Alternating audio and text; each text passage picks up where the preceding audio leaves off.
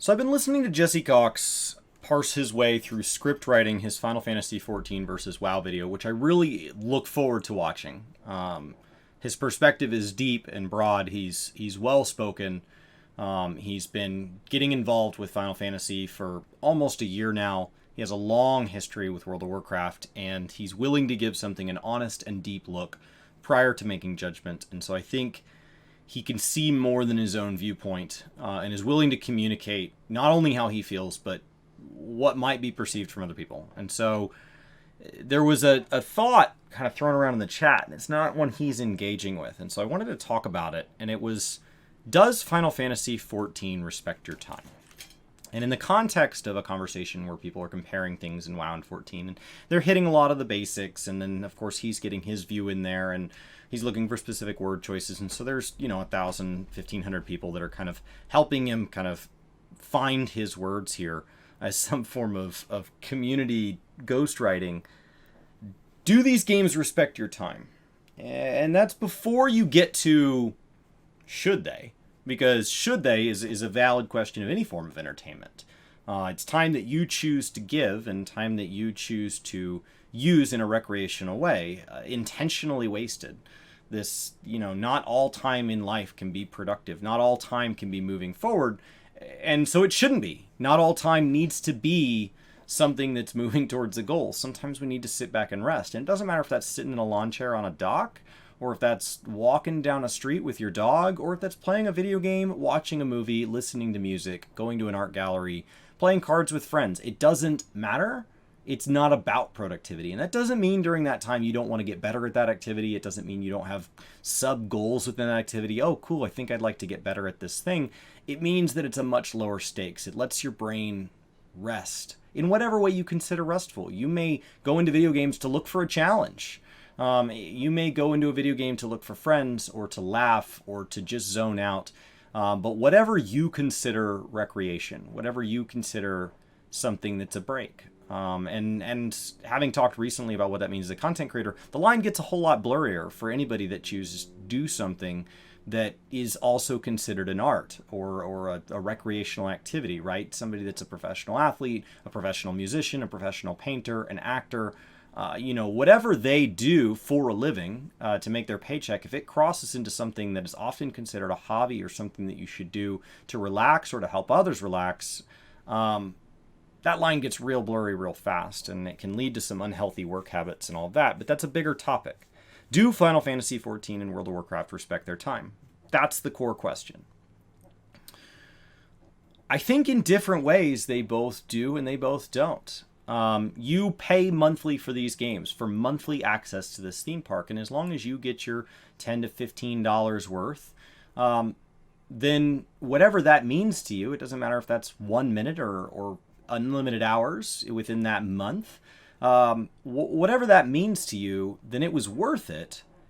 And they respected your time in that they charged you for a service, and it was very clear up front how you were getting access to that. They're ongoing live services with long storied histories, and so they have continued to give content. Yes, in recent history, World of Warcraft has not done a great job of keeping up with their content schedules, and Final Fantasy has trimmed what a patch used to be until it is some semblance of that as they've broadened the content cycle, as they've learned to deal with production delays. And so some form of ongoing support where neither of these games is in their last expansion, and the one after this probably won't be the last one either. They do respect your investment into the game. So in many ways, I would say yes. They absolutely allow you to continually invest in a space that is just as much communal as it is this video game that you just pick up off the shelf and play. And you can choose to play relatively solo in many versions of these games, and you can add in the multiplayer component to whatever degree you want. And as you move into high-end content, the M in the MMO becomes a lot more apparent. But as you level, they can be very isolated experiences. The story of these games is kind of what you make it. As you look at the World of Warcraft and what it's changed from, it's really apparent now that we have classic servers at the same time as retail. It's changed a lot in personality, and I think Final Fantasy will too by the time we're talking about 9.0. There's a lot that's different, and some things, like the way the new player experience works and the housing system works, really show a lot of that gap, because it's where that age hasn't aged so gracefully that it's apparent. It's where cracks in the armor have appeared that's led to us to be aware of the age in things that look like they're still working today, even though they're old systems. It's this timeless thing. It's uniquely of its time, but it's continued to be relevant throughout time, and I think there's a value there. And so on some level, I would say both games respect your time. On another level, I would say, there's ways to come at these games where neither one respects your time. If you're trying to stay caught up, or if you're trying to play alts, if you're swimming upstream against whatever these games have determined is the playable content, there are many ways these games can be incredibly frustrating. If you're somebody that likes to play multiple characters, both games can suck your time up.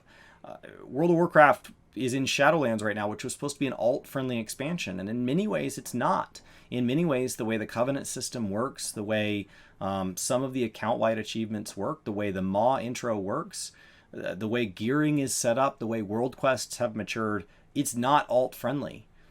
In other ways, there are literally 4 separate storylines to level alts through. There are literally specializations among many classes. There's allied races. There are all these things that are meant to make that feel like it's something to explore, but only if those things have value to you do those get put on the pros column. And so you can very quickly end up with the cons and none of the pros if what they've put in as the incentive doesn't appeal to you.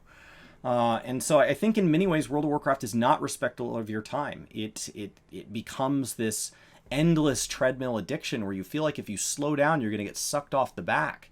And it's these borrowed power systems, and it's these repeated grinds where every 2 years we have to start this new form of AP grind with dailies, and now it's Torghast, and, where does the Mythic Plus stop? And it's led to this place where, because people only have so many hours in a week to play, if they're trying to stay optimal, if they're trying to stay caught up, even if they're not trying to be on the cutting edge, they want to just not suck. They want their time to be efficient. And so it's created this gap in players who are just getting started in the system and aren't capable of playing at the level that maybe somebody that's been playing a long time and has a lot of practice is.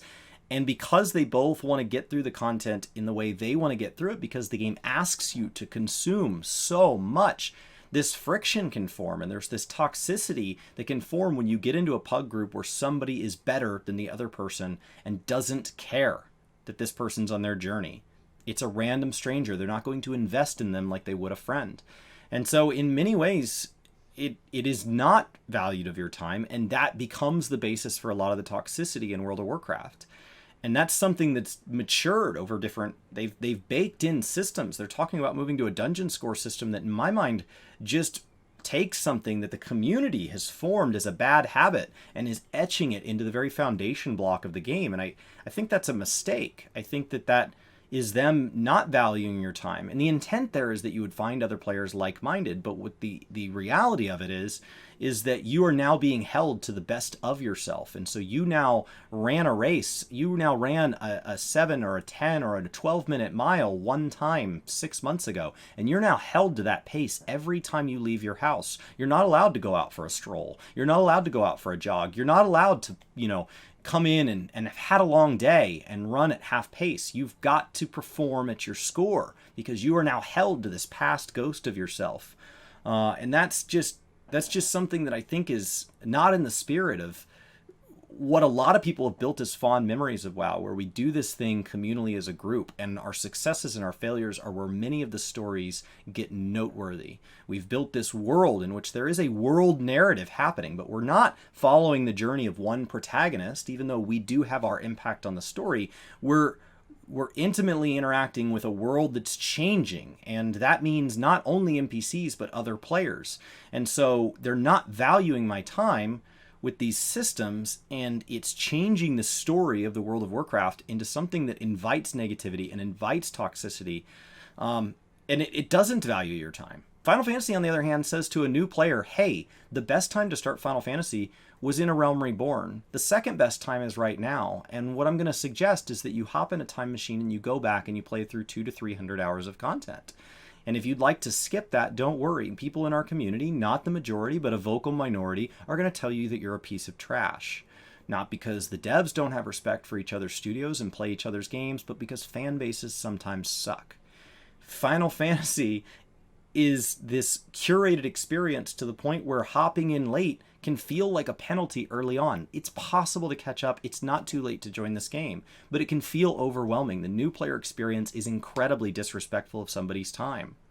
It just is. It's not written in a way where you can hop in and be invested, and when you want to know more, you can go dive in. You can go explore these other stories. You have to start from the beginning. You can't say, "Well, I'm really into games for rating and I don't want to hop in if the rating's not good. Can I try the rating, and then if I have questions, I'll go back and do the story?" No, that's not for you. You know, crafting and gathering and money making is kind of my thing. I hear you guys have an interesting thing. Can I try those out? And then maybe if those are something that I know is going to hold my mechanical desires, I will go invest in your 5 seasons of television. I will go watch that. I will binge watch that. But I want to try the gameplay first, because this is indeed a video game. We take that one step further by hiding aspirational content behind time gates. We have the housing system, which is all sorts of convoluted for a number of justifiable reasons, but the end result is this unjustifiable mess. It's just abrasive to be abrasive. And should you get to the other side, you now have the right to have a piece of garden. Wow, what am I going to do with this garden? Everybody says they want one. Don't worry, now you get to log in as often as your plants need water, just like real life plants. Should you ever stray away from your computer and desire not to log in for the day, don't worry. You'll use up one of your plant's 3 lives, and should they wilt too many times, they'll die. And the plant that you want to grow, it is one of the plants that wilts, and so you're unfortunately going to need to do that for however many days or weeks it takes to grow that plant, or your seed investment is just nothing. It's a retention mechanic that's absolutely disgusting. And you spent all this time trying to get this house. Well, it's no problem. Should you ever take 45 days and spend time on an alt, or spend time hanging out with friends away from your house, or want to take a break from the game and not log in, don't worry. That house you fought so hard to get, we'll just take that away. It's incredibly disrespectful of people's time. The way we do some of this is incredibly disrespectful. And so I think the perspective here is what determines if these games are respectful of your time.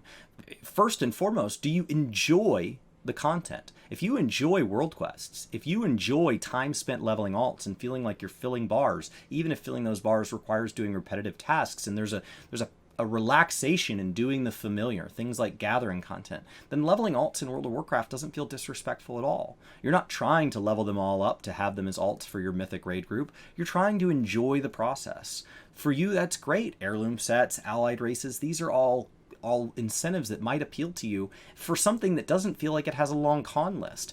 In Final Fantasy, if you really enjoy the narrative from the get-go and are willing to have the faith, or maybe you are here, that it will be worth the payoff, and you hop in with that and you blindly give them an immense number of hours to invest in the time. If you already like playing a single game every single day, and you like the idea of managing an in-game garden instead of a real one, and you never want to take a break from a game, then housing doesn't penalize you, story doesn't penalize you. These are rewards. These are strengths. These are features, not bugs. So I think, does this game respect your time is a really personal question. I think it's a very intimate question. And I think asking somebody else this is not a fair thing, because it's not my time. When you're asking this question, it's your time. I don't know what your time is worth. I don't know what you consider a good use of time versus a bad, and I don't know what these games will mean to you. No matter how you choose to play them, there is no way that is more or less meaningful than the way that you enjoyed it. I skipped story through ARR, and therefore had to skip story through lots of Heavensward and Stormblood because I was lost. Shadowbringers when I hopped on, and people have told me that I cannot enjoy the game as much as them. How can they know? That's not a measurable thing. There's not a machine we can hook up that we can score. Well, I scored a 97 on enjoyment. What did you score? There's no way to know what it meant. There just isn't. And so, was it a waste of my time? That's really up to me. I think both of these games have immense value.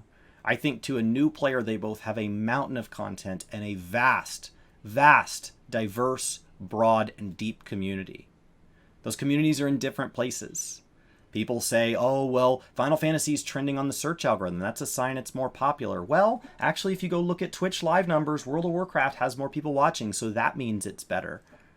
all that really matters when you ask a question, does this game value my time? Does this game matter? Is it worth playing, and is it worth hopping in now? Knowing they're not going to end.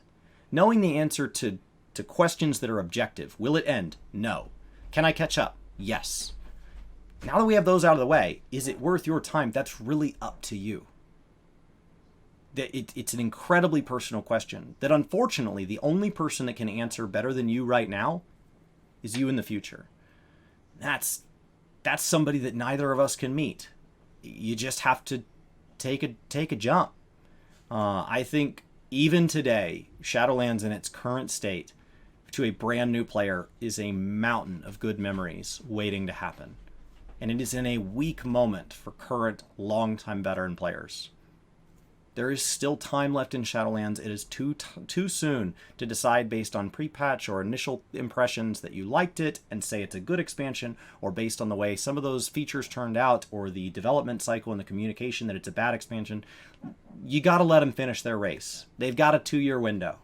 They said it's going to last 2 years. It'll last 2 years. And at the end of that, we can look back. And the longer it's been since that race, the more we will know about long-lasting ramifications where we can look back on expansions and look at them fondly, even if in the moment we were complaining. Final Fantasy is the exact same thing. You're going to just have to hop in. To a new player, it is a mountain of content. It is an immensely vast game. But if either one of these games has 10 buckets of content and you only like the first 3, then the back 7, the moment that those 3 run out and you get pushed into the back 7, there's going to be resentment, there's going to be fatigue, unless for some reason you just didn't know you liked one of those, in which case you're going to get pushed into a new form of joy, and maybe from now on you'll know that you really like 4 buckets of content, not 3. It's where a lot of World of Warcraft players are right now as they gap out. It's where a lot of endgame raiders with Ultimate being delayed are in Final Fantasy XIV. When you run out of content to do, these games can lose their appeal. And so depending on how new you are and how broad your taste is, that's going to determine how much content. But quantity isn't the sole driver of if it's worth your time. Quality has to have an effect. And I would rather enjoy 2 hours of life-changing fun that I'm laughing and I'm crying and all of this than 10 hours of, I guess it wasn't awful. And so how you value that. I loosely judge games when I'm just picking up a single player title as $1 for every hour of joy. For every hour of joy that a game gives me. That means the grinds don't count. The things I hate don't count. The bugs, the server issues, any of that doesn't count. Hour of joy. MMOs are pennies per hour. Depending on how many hours of free time you have in a month, you pay for a month of access, and you can put as many hours in the day as you have, up to 24, which will feel like more than that if you're doing multiple days in a row. You can go nuts. And I think, for me, calling that worth my time is a fairly easy ask. I think that both of these games are both worth my time and incredibly good at not valuing it. Incredibly good at throwing some of it in the bin. Maybe even not intentionally. I don't know that either of these games is better at this question, but I thought it was interesting, and I thought I would share with you, because it's just about gaming, kinda.